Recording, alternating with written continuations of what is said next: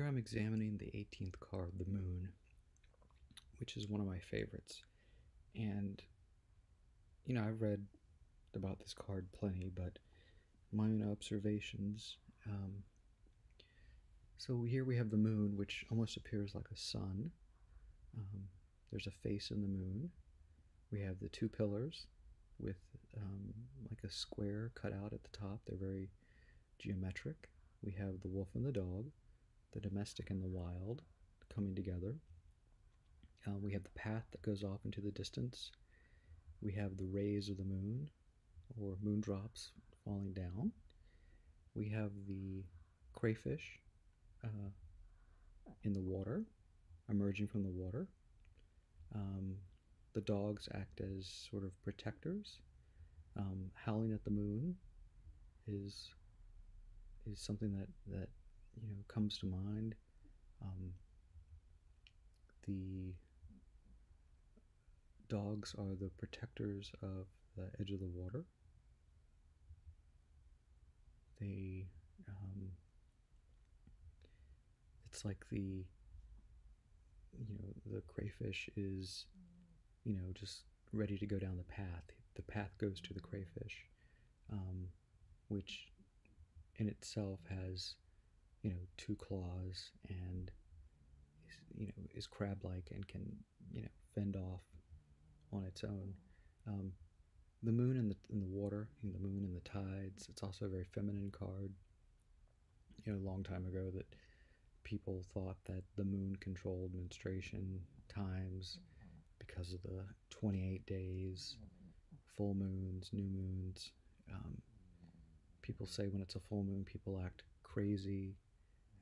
Their blood boils, crime goes up. Those are just sort of anecdotes. But this card is it's one of my favorites, just because there's so much. The landscape is laid out so well.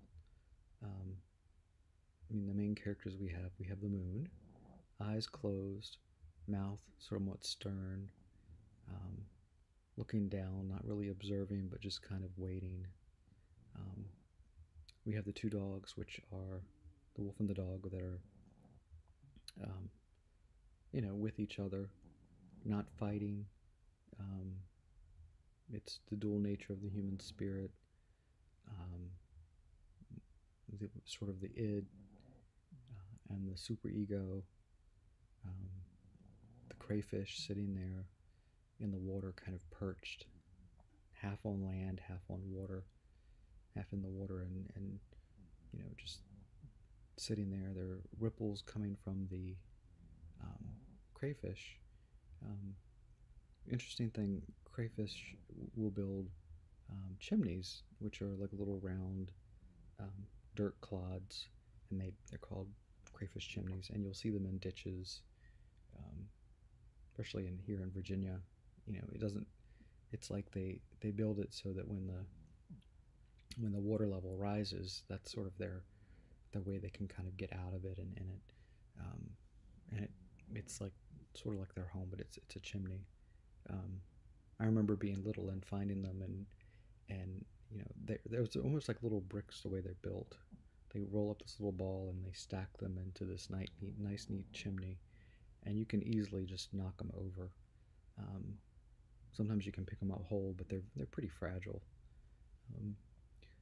The two towers in the card are almost like monoliths. It's hard to tell if that's a window because there's no doors leading up to the top. It's hard to tell how tall they are, whether they're 5 feet tall or 50 feet tall, or if that's sort of a almost like a Stonehenge observation, like this part of the year the moon appears dead center between the pillars. The pillars also are in the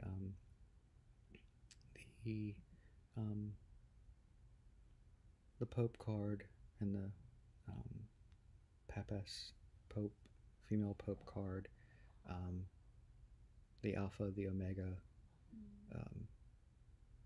sort of the pillars. They're the ones that it's like they're grounded in the bedrock and are pretty solid. Um, from what I've read about this card, it is, um, besides being a very feminine card, but it's one that looks at the interesting nature of women and how the feminine energy, how it can be um, harnessed, controlled. Um, so, looking online, I'm looking at tarotparlor.com. Um, they say it's one of the richest cards in the deck. The moon is the card of the yin, feminine energy, attraction, magnetism. That makes sense because of the tide. You know, it's almost magnetic. Ebb and the flow. Speaks to the things that can't be seen in broad daylight. It's everything that happens below the surface, bubbling up. They say the crab in the water not only represents the card's main star sign, Cancer, makes sense, but also the important work that happens below the surface and in the darkness. Crab's work is to eat anything bad at the bottom of the lake, make sure no bad smell comes to the surface.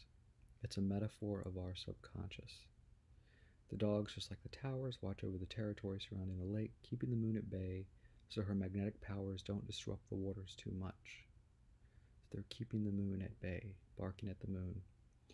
The tamed and the wild come together at night to reestablish a connection between the primal and social self. Meanings, rumors, maternity, secrets.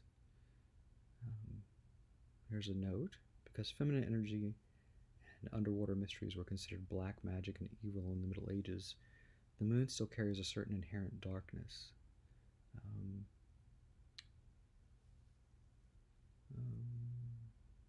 Let's see. Associated stars, Cancer and Pisces. Elements, water. Season and time, summer, nighttime, Monday. Moon day, Monday. Prediction speed, mid and long term. Advice of the moon. Trust your intuition and follow your inner voice. Observe and be quiet. Things are not what they seem. The warning of the moon, be careful and reasonable. A trap might be waiting for you. Don't give your trust too easily. Keywords, secrets, the invisible childhood, pregnancy, maternity, creativity, memories, intuition, family, reunions, emotions. So intuition, female intuition, but not necessarily specifically for females. Pregnancy, childhood, secrets, the invisible. The card also speaks of darkness and sorrow. The water becomes dangerous. The dog and the wolf howling at the moon send the reader a warning. The universe is not on your side. People are working against you, and problems must be addressed at depth. Keywords, anxiety, depression, treason, incoherency, rumors, confusion, masochism, blackmail, backstabbing. Card associations with this, the devil, the lovers, and temperance. Temperance, obviously it's easy because of the water with the pouring out on the land, pouring out on it back in the water. And when you're pouring it back on the land, it's going back into the water. So it's, things coming to the surface, but they always go back underneath. Coming to the surface, coming back underneath. So it's definitely an interesting card. Let's see, how many moon drops are there? 1, 2, 3, 4, 5, 6, 7, 8, 9, 10, 11, 12, 13, 14, 15. 15 moon drops. And let's see how many rays. 1, 2, 3, 4, 5, 6, 7, 8, 9, 10, 11, 12.